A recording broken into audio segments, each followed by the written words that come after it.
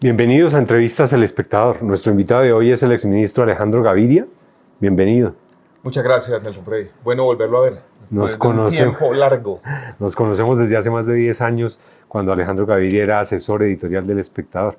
Hoy lo invité como ingeniero, como economista, como rector, como escritor, porque acaba de publicar su libro El desdén de los dioses. El desdén de los dioses es un libro que me llama la atención mucho, no para hablar precisamente de la reforma a la salud, la reforma a la educación, pero sí para hablar, por ejemplo, de salud mental y de educación social, diría yo. Por ejemplo, un tema que me llamó la atención de esas reflexiones que Alejandro hace en una frontera entre la realidad y la ficción es el odio. Me dejó pensando eso, y más cuando esta semana, en un trino, Alejandro le responde al presidente Petro que otra vez volvió a acusarlo, ahora de nuevo por el tema de la educación, que notaba en él un afán de odio. ¿Por qué es importante reflexionar sobre el odio en este país? En este país, en el mundo, Nelson Freddy, yo he tenido una idea que no solamente está desarrollada en este libro, sino en libros anteriores, de que estamos en una especie de época de locura. La combinación del cambio tecnológico, la inminencia de la crisis climática, los nacionalismos que arrecian el populismo tomándose los sistemas democráticos en buena parte del mundo, que hay una transición a no sabemos muy bien hacia dónde vamos como humanidad. El libro trasciende las fronteras de Colombia y yo creo que tiene esa idea, ese hilo conductor. Estos son relatos breves, yo lo llamo ensayos ficcionalizados, algunos son historias, algunos tienen un componente narrativo, otros un componente más reflexivo.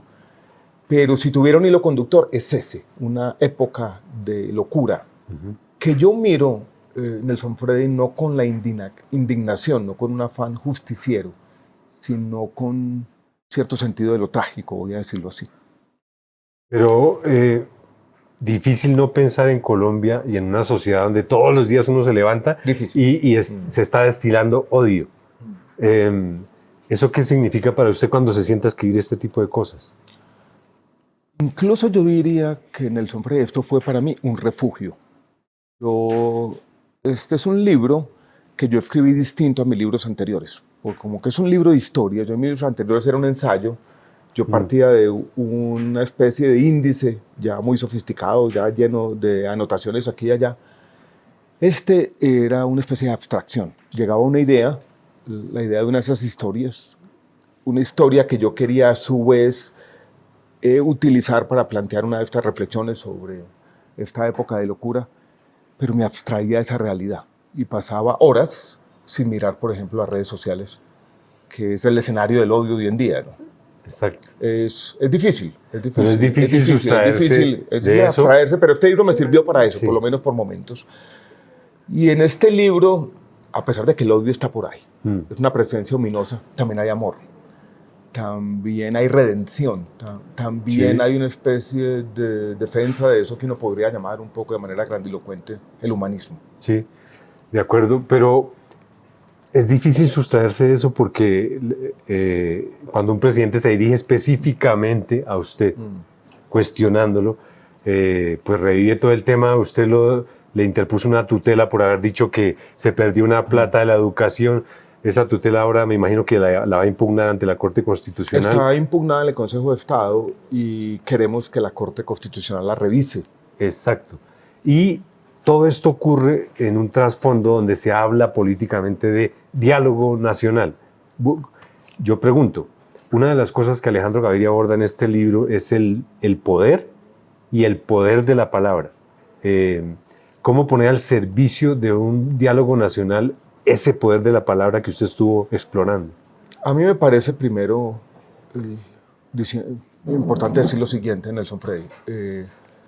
Yo no entiendo esa contradicción, esa paradoja, esa idea de todos los días de que sale el nuevo ministro del Interior a hablar de un acuerdo nacional con un tono conciliador, abarcador, y el presidente por la tarde, el mismo día o simultáneamente, está básicamente dividiendo el país y planteando palabras de odio. Yo estaba en República Dominicana, fui allá a una conferencia sobre el tema de salud. Colombia tiene un sistema de salud parecido al de República Dominicana o viceversa, ellos van 15 años atrás.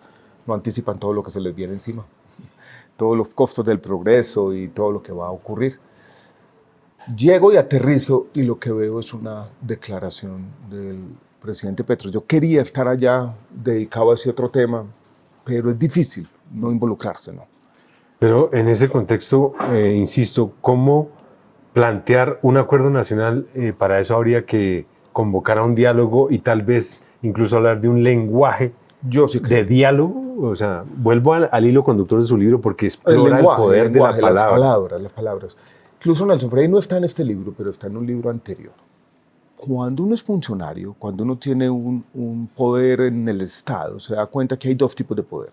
Uno es el regulatorio, escribir un decreto, ir a tramitar una ley, pero el más importante, en mi opinión, siempre fue la palabra. Hablar y que a uno le presten la atención, concitar la atención de todo el país. Ese poder es muy grande para el presidente. Si las palabras son de odio, si lo que se transmite todos los días es una caricatura de la sociedad dividida artificialmente, ¿cómo puede hablarse de acuerdo nacional? Entonces estoy de acuerdo, como en lo que tú insinúas en la pregunta, que tiene que haber un lenguaje coherente con ese acuerdo nacional. Unas palabras que tienen que ser distintas. Tendría que empezar ahí. Pero se ha planteado como una especie de realidad paralela, que lo institucional, que representa aparentemente el ministro del Interior, habla de acuerdo nacional. Pero el jefe de Estado insiste en las palabras de odio. Es muy difícil, no sé cómo zanjar esa contradicción.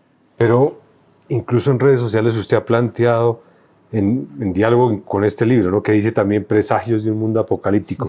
El escenario en ese clima de odio, con miras a 2026, usted lo ha escrito en redes, no es como muy halagüeño, ¿no? ¿Y qué hacer? ¿Qué va a hacer usted al respecto si reflexiona sobre eso? Sabe que el odio no hay que alimentarlo, sino hay que convocar un diálogo. ¿Qué aspira a hacer de aquí a 2026 para que el panorama mejore? Yo aspiro por ahora, por lo menos este año, seguir dando los debates, seguir participando activamente. Ahora estoy haciendo un ejercicio que es contrario al del libro, que era más reflexivo, tratando de hacer mini columnas en redes sociales de 30 a 40 segundos, que es difícil, pero planteando temas también. Mantener cierta viabilidad política y con las formas, Nelson Frey, dar ejemplo, ¿no? Hay un cuento en el libro que me llama la atención. Se llama Las matemáticas y la violencia, ¿no? Es un cuento de un estudiante que se va radicalizando, que tiene una especie de ecuación en su cabeza que define la realidad. Yo la llamo capitalismo igual muerte. Y que da un paso, cruza una frontera. Y la frontera es el uso de la violencia como forma de cambio social. Menciono todo esto, Nelson Frey, porque yo siempre he creído que hay un paso muy pequeño entre las palabras de odio y la violencia. Y eso es lo que me preocupa. Y eso es lo que me preocupa de cara al 2026, lo que puede pasar. O sea, que no sean solamente palabras de odio, sino que esas palabras de odio sean un germen para la violencia política. Y hablar de violencia política en Colombia no es hablar de ciencia ficción. Es simplemente reiterar o llamar la atención sobre lo que hemos vivido por muchos años. Claro. Mire lo que está pasando en Estados Unidos, ¿no? Es de nuevo la violencia política, y esa violencia política mezclándose con lo que llame ahora una época de locura. En ese sentido, digamos, hay capítulos donde se aborda también como esas disyuntivas éticas, usted las llama, que son también unos dilemas morales que hay a nivel global, y por ejemplo aquí tiene que ver también con eso. O sea, ¿es utópico seguir hablando de paz total en un clima así? ¿O este país sí tiene alguna frontera, pensando en el futuro, hacia la tranquilidad? Si uno lo mira panorámicamente, me parece muy difícil, Nelson Frey, cuando uno ve la lógica de estas organizaciones, que en el fondo es económica y financiera, y uno podría decir, ¿por qué no va a pasar lo mismo otra vez? O sea, que la paz total sea una negociación con los cabecillas de unas organizaciones que se retiren y vayan a gozar sus fortunas construidas con las economías ilegales, y otros vengan, y otros vengan, y otros vengan, y esto nunca termine, sea una historia de nunca acabar. Yo creo en el posibilismo que me gusta practicar, que localmente, en Buenaventura, lo que está pasando en algunos municipios de Nariño, se puede llegar a acuerdos, pero van a ser acuerdos siempre frágiles, siempre precarios, y tienen que pensarse con la lógica territorial.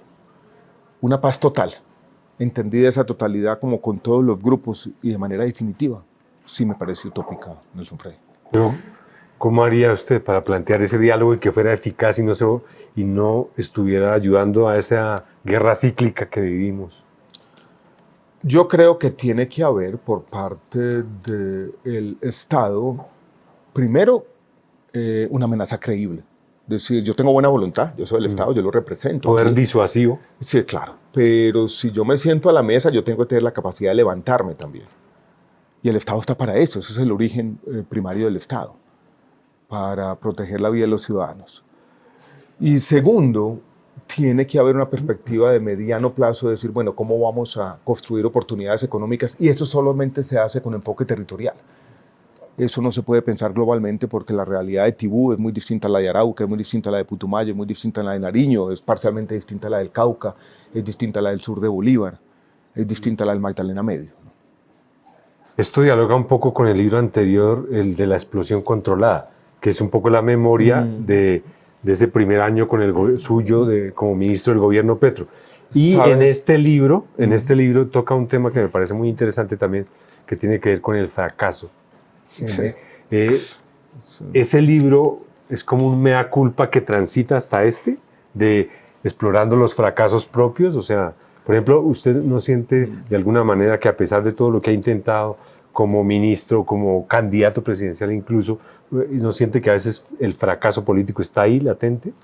En la expresión controlada yo creo que es una reflexión directa, en este más indirecta, sobre esa idea, sobre las dificultades de la política. En la explosión controlada, la idea del fracaso en la política electoral, yo la abordo de manera directa. Este libro, Nelson Freddy, ahora que tuve la presentación la semana pasada con Santiago Gamboa, me pareció interesante porque lo vi como una manera, quizás no podría llamar de evasión, de no hablar tanto de política, ¿no? de alejarme de ese mundo. Y más que el fracaso, tiene una visión de este mundo. Trágica, ya lo dije, cierta resignación melancólica, cierta aceptación de que los problemas de la humanidad son difíciles. Yo utilizo por allá una cita de Sándor Márai, que él decía, es como si hubiera una especie de simulador y le hubiera dado a la humanidad dos atributos. Uno, un gran ingenio, una capacidad de transformarlo todo, y de otro lado una voracidad. Y ese simulador se sienta a la pantalla y simplemente espera la autodestrucción. Hay ese sentido más trágico, pero destacando los momentos de redención. Sí, para que pero es, dijéramos, político y no político al mismo tiempo. Lo que me gusta es que está dialogando como en el estilo del ensayo. Por ejemplo, se apoya en el arte, el Jardín de las Delicias, por ejemplo, del Bosco, para decir que hay que convivir con el pecado, pero asumir la culpa también, ¿no? Sí, ese es un cuento que tiene, porque parte de una tradición. Hay un escenario distópico de trasfondo, es que se han prohibido los viajes transatlánticos. Hay una pareja que quiere ir, solo va uno de ellos, y llega a Madrid, y se ha acabado el turismo en Madrid, y ya va al Museo del Prado y allí entra en una reflexión. No lo voy a contar todo para dejárselo a los lectores. Sí, pero lo que me parece llamativo es que se apoya en la filosofía, en la metafísica, incluso en la ciencia ficción, como yo lo veo como una estrategia de escape a esa realidad política que tal vez lo tiene saturado ya. Sí, así lo veo. Fue un remanso para mí, un refugio, una especie de salirme un poco de la realidad política, hacer un libro más reflexivo. Hay algunos de los cuentos, historias, me gusta más llamarlos historias que cuentos, que son Nelson Freddy narrativos, más autobiográficos, más recuerdos de esos que se vienen por ahí. Y yo antes había sido quizás un poco más pudoroso de no publicarlos, quizás escribirlos, pero no publicarlos. Y esta vez me aventuré un poco a... Sí, ahí me parece interesante eso que usted aludió hace un ratico sobre siento en el narrador una soledad existencial que está explorando, pero al mismo tiempo está en una búsqueda, ¿no? Yo pregunto si cuando aborda, por ejemplo, el tema de la pérdida de la fe, ¿usted en cierto modo perdió la fe ya en este país? No, yo no he perdido la fe. Siempre me ha gustado practicar cierto optimismo de que... Porque este libro aborda lo apocalíptico, ¿no es tan optimista? Aborda lo apocalíptico, pero lo aborda de una manera que también yo podría decir en Nelson Freddy que a veces es un poco paródica, es un poco decir, mire, esos escenarios apocalípticos tienen quizás un lado Pueden ser exagerados. ridículo, son exagerados. Entonces esto lo lleva hasta la caricatura para parodiarlos. Incluso critica el prohibicionismo. Y en el fondo, sutilmente, en algunas de las historias hay una crítica al catastrofismo ambientalista que quiere acabar con el ser humano. Hay una misantropía en algunos de estos escenarios que los dejan, que aparece ahí. Sí. Hay una crítica sutil, siempre Sí. sutil, tácita Sí. a eso. El título enfoca el libro por el desdén de los dioses, ¿no? Como que los dioses nos han abandonado en cierta medida. Tiene esa idea de David Hume, que cita a Borges, de que los dioses se aburrieron de este planeta. De nosotros. Sí, entonces nos dejaron aquí. Pero entonces ahí recuerdo a Alejandro que yo conozco y pregunto, todo ese proceso que vivió, por ejemplo, enfrentando el cáncer, superándolo, ¿eso no le cambió ese punto de vista espiritual del ateísmo? Yo creo que me hizo un poco más espiritual en un sentido más, por ejemplo, cierta poesía que yo antes no leía y que no veía una afinidad. Cito, por ejemplo, hay un libro que siempre me gusta, muy desconocido, de Ernesto Cardenal, que se llama Cántico Cósmico, Canto Cósmico. Me volvió un poco más afín a eso, a la conciencia cósmica, ¿no? El existencialismo que tenía desde chiquito. Incluso con mi papá se burlaba un poco de él. Hay algo de eso en el libro, de mi relación con mi padre. Salió más a flote. Pero yo lo llamaría, no religiosidad, pero sí cierto espiritualidad. Surgió después y está presente en este libro. Está presente por ahí. Está ahí como una presencia más o menos permanente. Pero ese diálogo que ha tenido que vivir no solo en la literatura, sino en la realidad, ese diálogo con la muerte, ¿en qué lo cambió? Yo creo que me hizo más consciente de... Quizás hay un cuento, que lo voy a decir aquí, Nelson Frey, es un homenaje. Hay un cuento que se llama Los Inmortales, que es un cuento sobre la muerte, y es un cuento que es un homenaje. Y es un homenaje a una amiga, Tatiana Andia, que tiene un cáncer terminal. Y es un cuento, cuando tú me dices en qué lo cambió, y es una sensibilidad particular. Ese cuento me hizo llevar a una conversación que yo había tenido con un tío mío. Y era una conversación acerca de un epígrafe que él había escrito en un libro muy breve de poemas. Y es una frase de Antonio Machado que decía: detén el paso, belleza esquiva, detén el paso. Y es en esa sensibilidad que mi contacto con la muerte, cuando uno le dicen y tiene cáncer, que tiene una probabilidad muy alta de morirse, algo cambia. Y es que yo empecé a ver la belleza como una especie de augurio presagio de la muerte. Y me quedó esta idea, Nelson Frey, que somos máquinas deleznables, ¿no? Que nos estamos desbaratando y que la vida es una lucha perdida de antemano contra la entropía.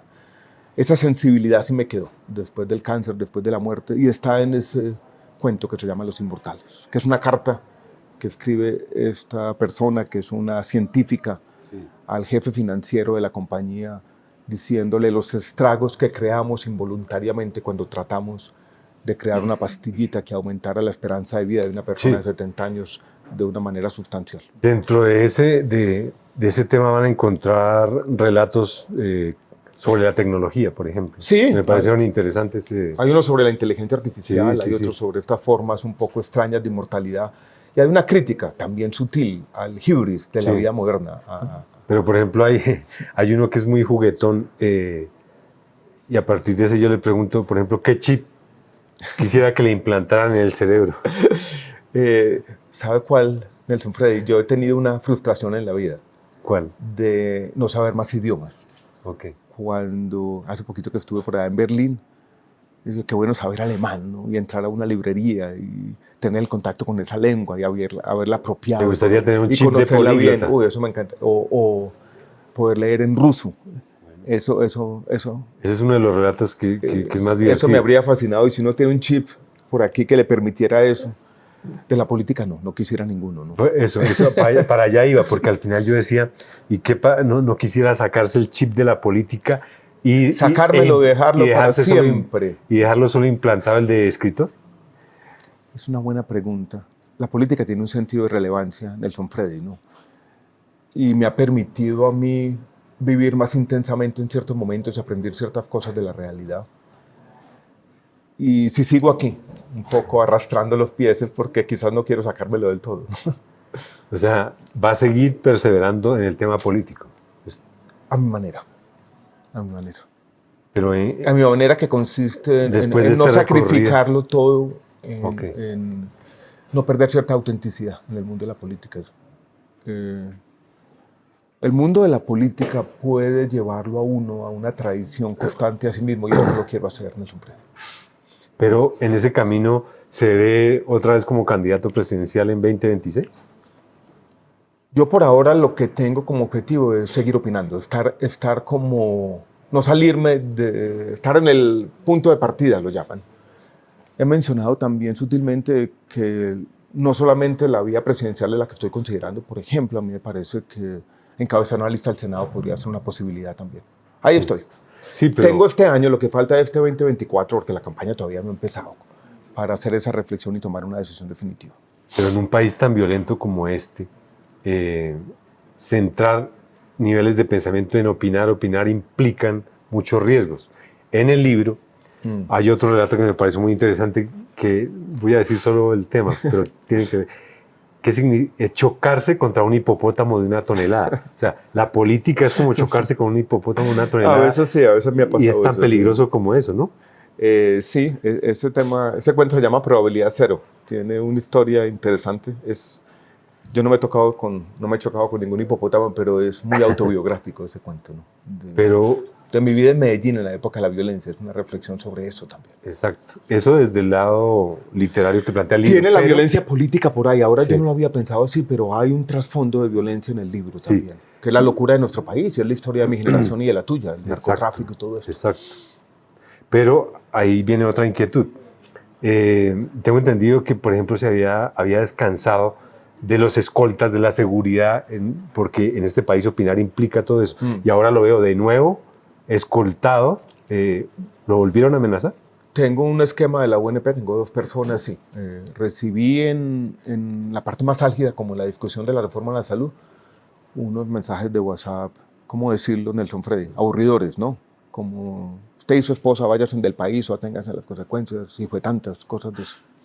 Pero lo puse en conocimiento de las autoridades para que le dieran el esquema de seguridad. Sí, claro. Yo incluso dije, a un periodista también le dije esto, salió en una revista Semana, la Fiscalía ahí mismo se interesó sobre el tema, yo di una declaración.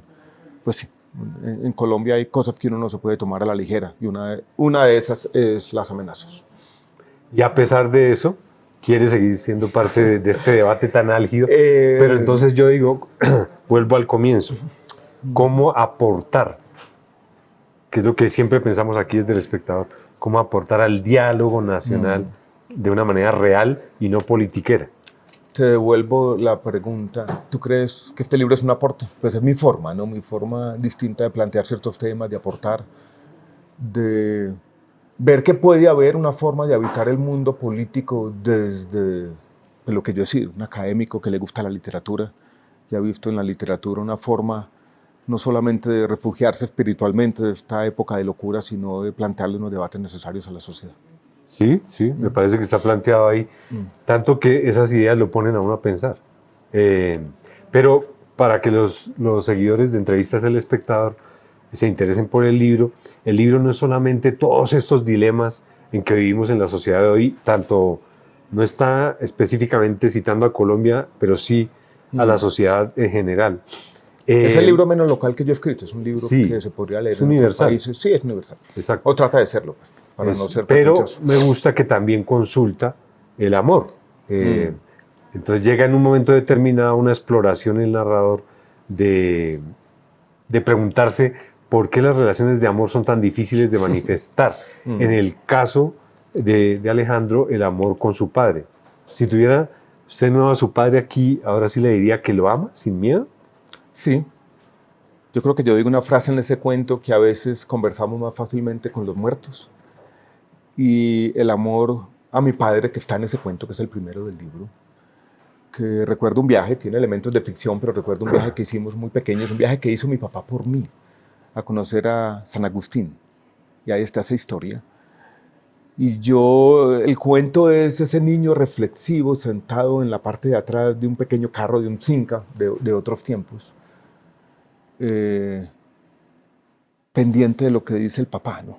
Todo el tiempo, todo el tiempo. Pero ¿cómo romper ese silencio? ¿Qué le diría a su papá si lo tuviera acá enfrente? Le mostraría este cuento. Le diría que tuvimos conversaciones que nunca tuvimos.